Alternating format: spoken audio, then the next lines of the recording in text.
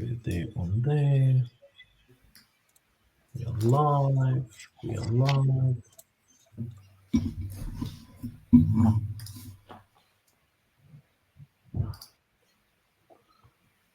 Oh my God.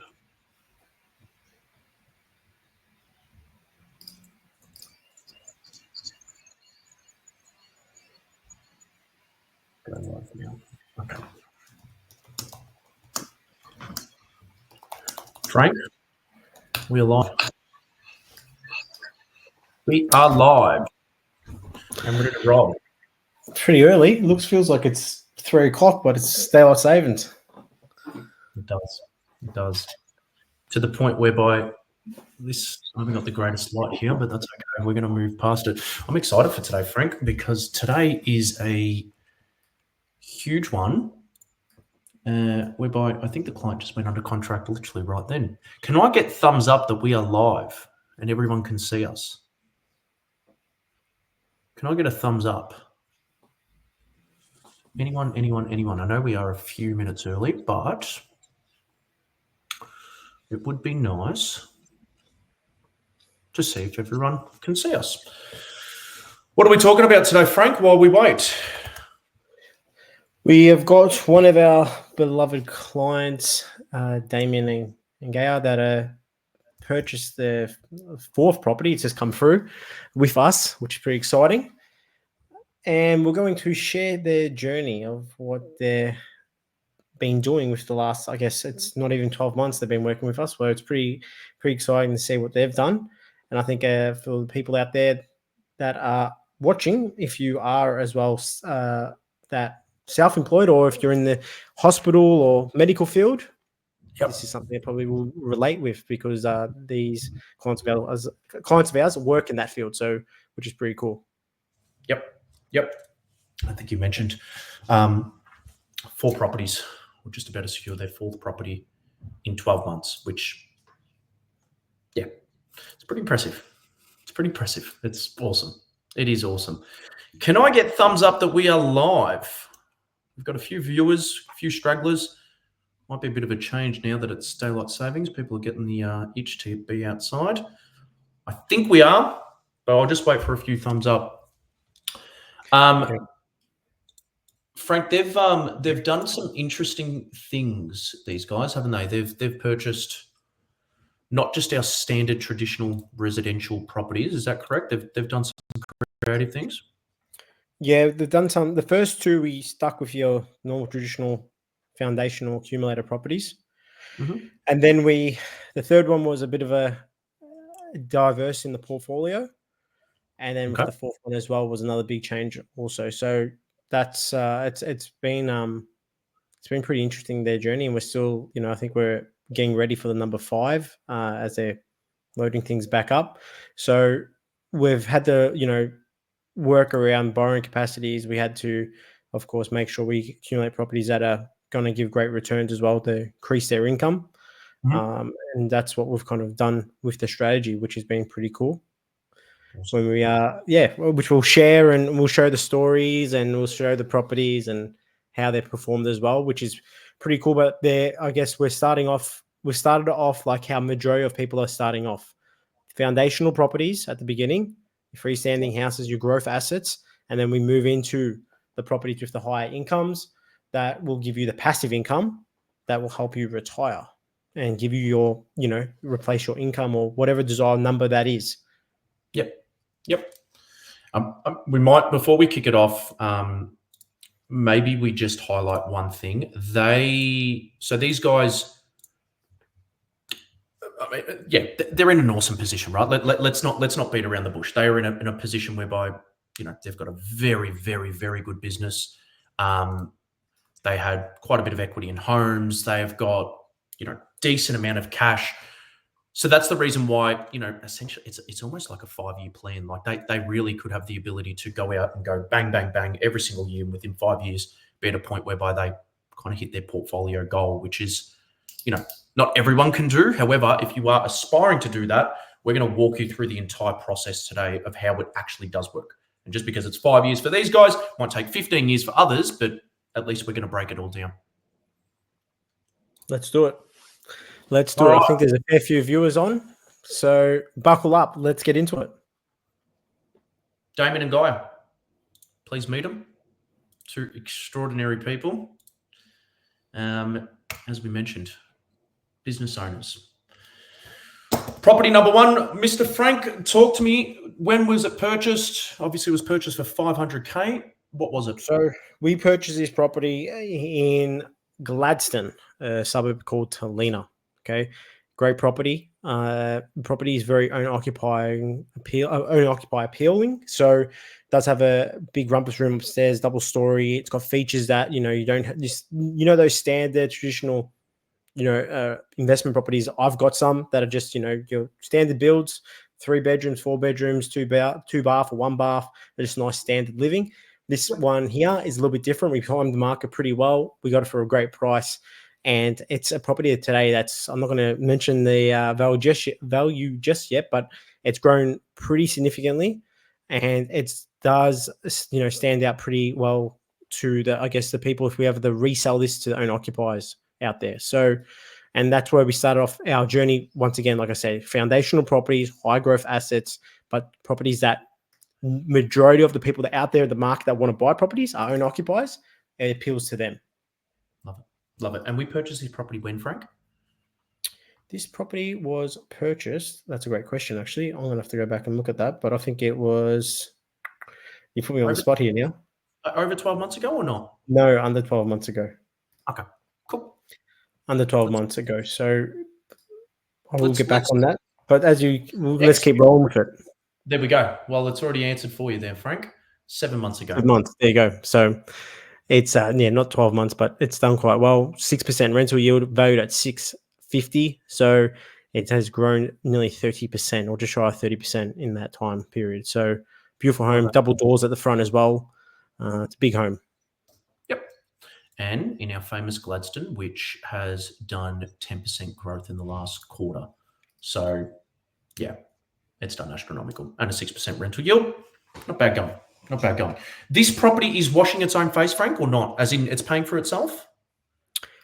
At the moment, no.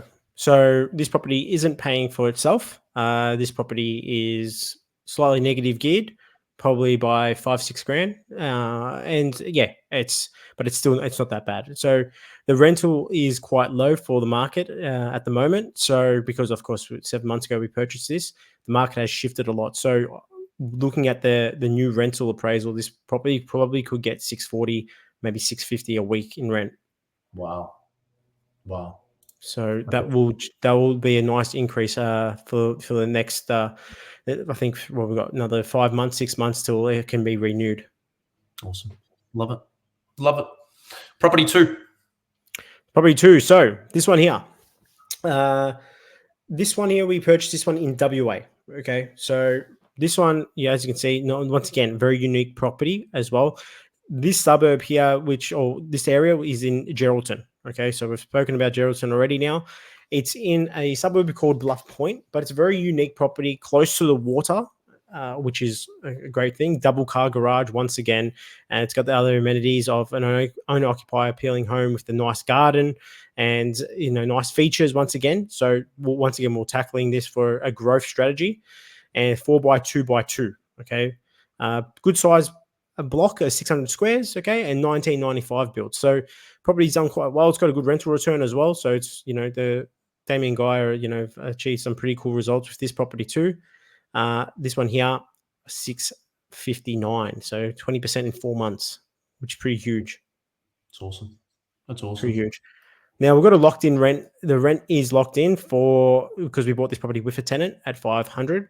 But going off the property, the size of the property and the location, this property probably rents out 5, I reckon 6, maybe just over 6, maybe 620 a week in rent, just where it is. So once again, it's going to be over $100 increase on the rents, which will take this rental yield up pretty high. And I think probably towards a 6% rental yield. Ginormous. That's ginormous. So within, I mean, they've obviously gone bang, bang, 1, 2. Now we know how Damien and Gaia are. The people behind here don't, because they've also gone bang, bang again straight away. But what I like here is that the rents, and they've essentially, I mean, I don't know if they've purchased these properties under market, but they've definitely purchased the properties whereby the rent is very, very low.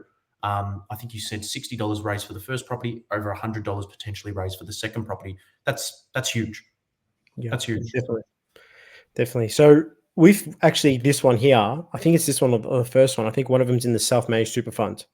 So one of them is in the self-managed super fund, but once again, still building the base and using the strategy in their super fund quite similar to their personal name. With the super fund, we're going to be looking at doing some things where we're going to build out residential property portfolio and then look at selling off those properties once they've kind of got close to the peak. And then we're going to be upgrading that portfolio in the super fund to a commercial property that's going to give them the income as well. So a bit strategic with that one there. So yeah, that's how we're planning that one out. But pretty cool to see what these guys have done in such a little period of time. I love it. All right. Let's talk through this one, which is definitely an interesting one. And they've, again, as we said, they've just gone bang, bang, bang, bang, which, again, not everyone can do, but it's pretty cool to see. Let's talk through this one. So this one here, as you can see, it looks like a house at the front, but it isn't. It's a block of 4 units. Okay, this one paid $835 for it. As you can see, 3 of the units are renting at $260 and one of them's at $295. Okay, which is a 6.6% rental yield. It is under market rent. Okay, so with the new increase, okay, once the leases expire, it's going to take it to a 7.3% rental yield. So, which is huge. But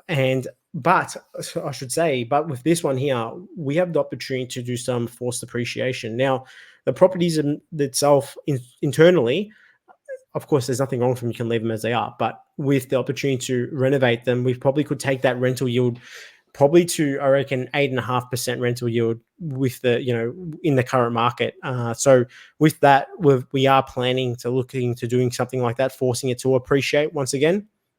But more importantly, this is a cash flow asset. And so if we get this rental yield to 8.5%, maybe 9%, and then naturally it will increase year after year, this property here will be cash flow, or from day one, it already is cash flow positive because of the deposit they've put into the property and because of the rental return as well.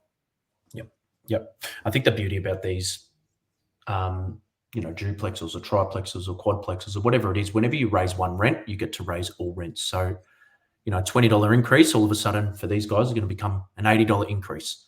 So I think you're right that the rental yields on these assets very, very, very quickly move up just naturally. And obviously, if you're going to go in and spend 100, 150, 200 grand on renovating every single unit, well, again, you can add a huge amount of rent to these properties. So I love it.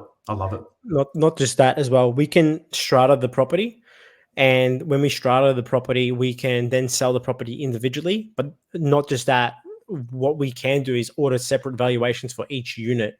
Okay. And the value will grow. So when you're looking at, blocks of 4 units and blocks of 3s and stuff like that, or even blocks of 8s or whatever it may be, look at the value of what those units are. If it's a 2-bedder or 3-bedders, whatever they are, look what they're going for in the market. Now, if they're going for, say, 250, okay, and you're buying a block of 3, okay, that's 7, and let's say you're buying for 700, okay, but they're going for 250 to 280 each unit, then if you're buying for 750, that the upside of that is, there's going to be upside in that straight away, instantaneously after you buy it. Does that make sense? Yep. So this is something that you can look at. You can look at it in the market now. This market here, if we look at a block of 4. You're probably going to be selling these easily any day of the week. You sell these probably for 280, I reckon, in the market. So, this market here, which I haven't actually said it just yet, this is in South Australia, in Mount Gambier. Gotcha. So in that market there, we can sell some of these off for a pretty reasonable amount, more than what we've paid for the property. I think this is a steal for Mount Gambier itself. If anyone knows Mount Gambier, look at the house rental yields. They're probably in the high 4s, okay, for houses. And that's quite standard. That's quite normal. You don't get a 6% rental yield in Mount Gambier unless you bought maybe 3-4 years ago. But today, they're pretty low. So cracking location, and there's a lot of upside, which we're actually planning on doing to this property. And like you said, you increase one rent, you increase all, and these are great properties. I love it. I love it. I love it. I love it. Okay, awesome. Let's get cracking on. So that's the moment when we presented the property. As we all know, this is how the property is presented. These are the different folders, the level of due diligence. Frank, you let me know if you want me to go through any of these, or if we can just keep on rolling on. Now, we've spoken about Geraldton. We've got a few properties in Geraldton. Do you want to touch on Geraldton? Do you want to touch on any of the other regions? Do you want to touch on? You tell me. Yeah, look, we can keep talking. I think with Geraldton, if there's new people here today, Geraldton is a thriving location. It's got a very big internal migration pattern. So a lot of people are migrating there for a number of reasons: jobs, opportunities, lifestyle, and it's a very, very attractive region as well. Very beautiful town as well. It's also the wind capital for surfing for Australia. So a lot of people do wind surfing and stuff like that there. And so with that, it's house prices have been on the boil. I think it's going to be one of the fastest growing regions in WA in the next coming years. If we look at Bunbury was a place that we used to invest in. We don't invest there anymore, and that's done extremely well. I think it's one of the fastest growing regions in Australia today. And 26. I think 26% or something like that it's grown by for the whole region. So when you look at a whole region growing at 26% for people listening, that's crazy. When you look at, then you go into the suburb levels, there's regions there that have probably grown 40%, I reckon, in 12 months. Okay. And if not more in the last, 3 years. So Bunbury's done extremely well. And I think Geraldton's following that trend as well. And, it's already had some significant growth, as you can see from Damien Guy's property. I think it was 30% or something like that. We were just shy of 30%. Some of our properties and clients' properties have done, if not more. I think one of our best results today is in Geraldton, 55% in 1 year. So, which is crazy.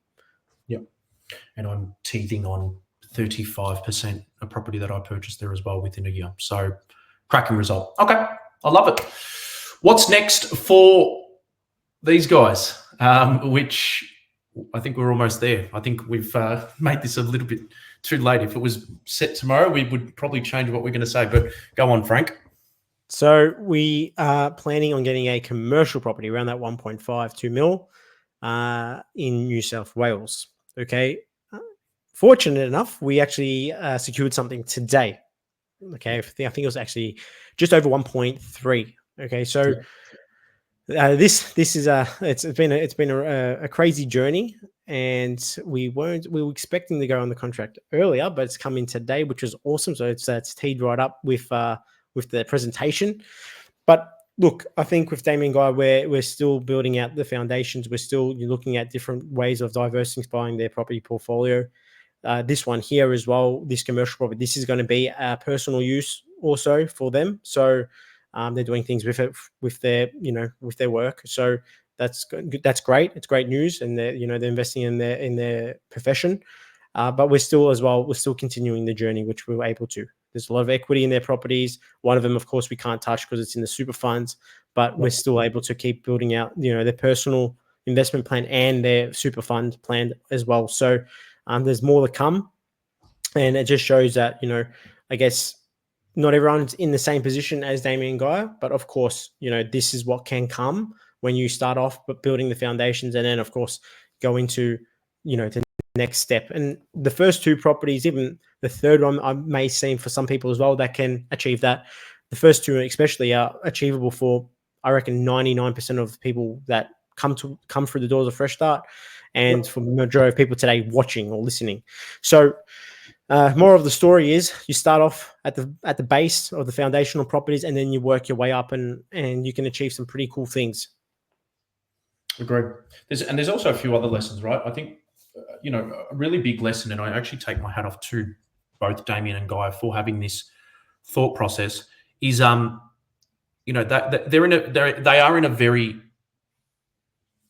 they're in a great position, right? There's no hiding that, right? They've purchased $3 million worth of assets in the space of 12 months, not even.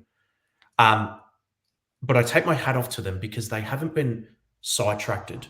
They haven't gone to this guy and then gone to this guy and then gone. They've just gone, no, Let's stick to the plan and let's just get to where we want to go to. And I think that is probably one of the most important things here, because they would be seeing all the ads like everyone else. I think they did come through to us, maybe through ads, maybe through a broker. They came to us. Actually, no, through a broker. But they're like everyone else, right? They set out a plan with us 12 months ago. We bought the first property, it went well. What tends to happen is people go off track. People go down different paths. People see another ad and say, oh, maybe I can do better. They've got, no, they just keep going. And just a rinse and repeat. And I wouldn't be surprised if they purchased their 5th property this year, which is awesome. So hats off to them for being awesome, and hats off for them for going under contract today. Again, for property number 4. 100%. I think it starts with mindset. If you don't have the mindset and you don't have the discipline, I guess you're not going to become successful in property investing. You have to treat this like a business.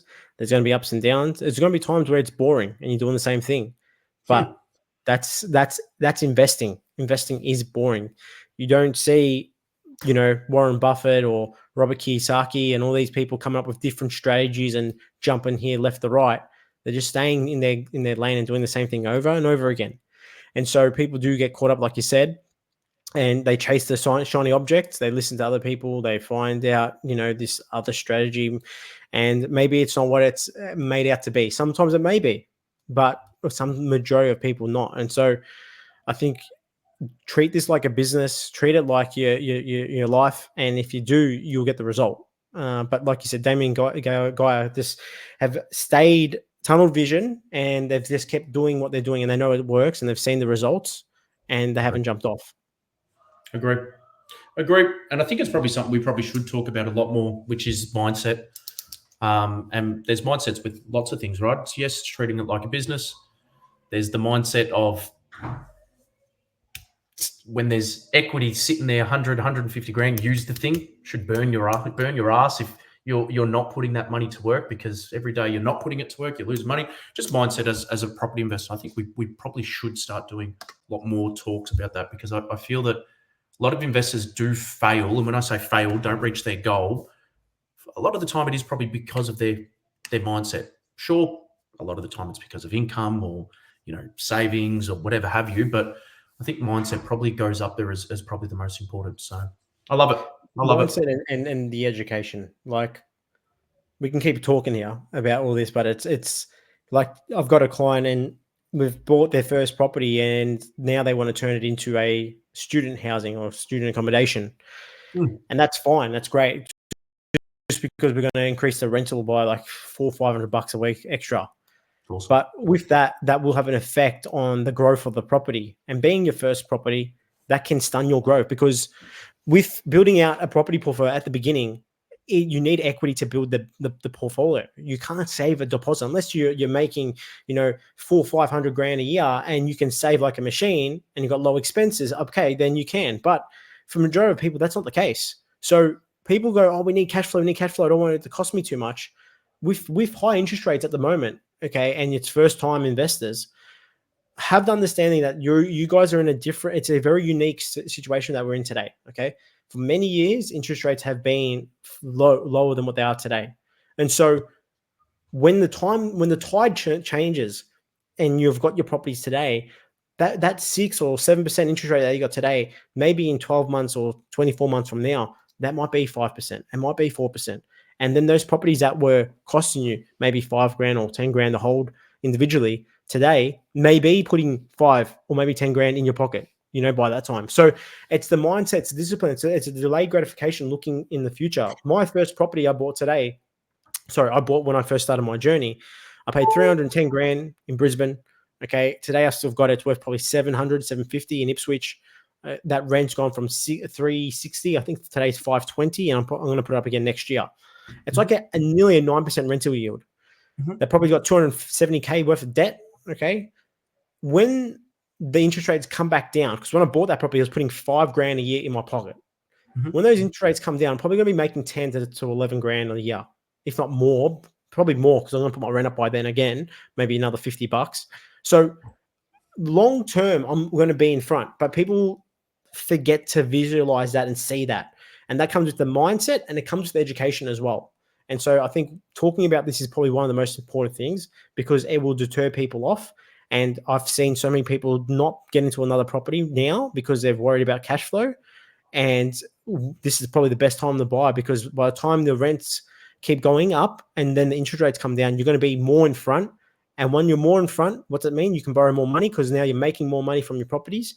And now you can be able to do more sophisticated things like blocks of units, like you're seeing here with Damien and Guy. Maybe you can go into duplexes. Maybe you can go into commercial. Maybe you can add granny flats on your property and have an extra income coming in. Maybe you can renovate all your properties and increase the rent by $100 and $150 each on each property. Like, these are things that you need to think about.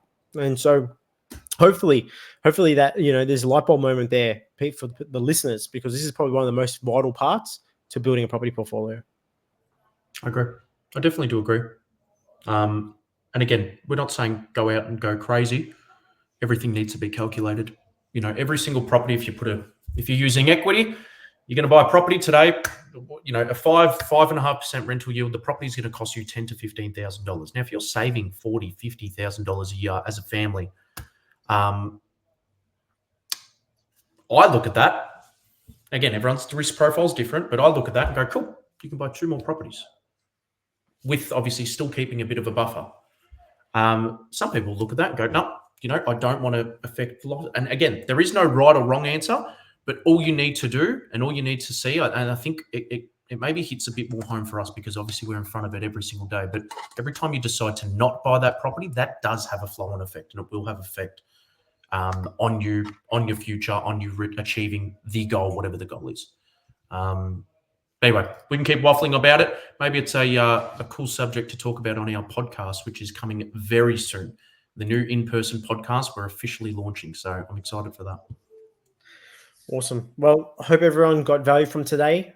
Hope everyone got some hope. Hopefully they got some wisdom, knowledge, okay, and take that on board. And if anyone ever needs help, like we always say, just reach out. We're more than happy to, shed some light on something. If you've got a comment or a question or a query, we don't bite. We're nice people. We're friendly people. Okay, we started out where you started, and now we're where we are today because of, I guess, what we've done. So, yeah, just wanted to say that. So everyone have a good evening. Enjoy. Thank you, sir. Thank you, guys. Have a beautiful evening.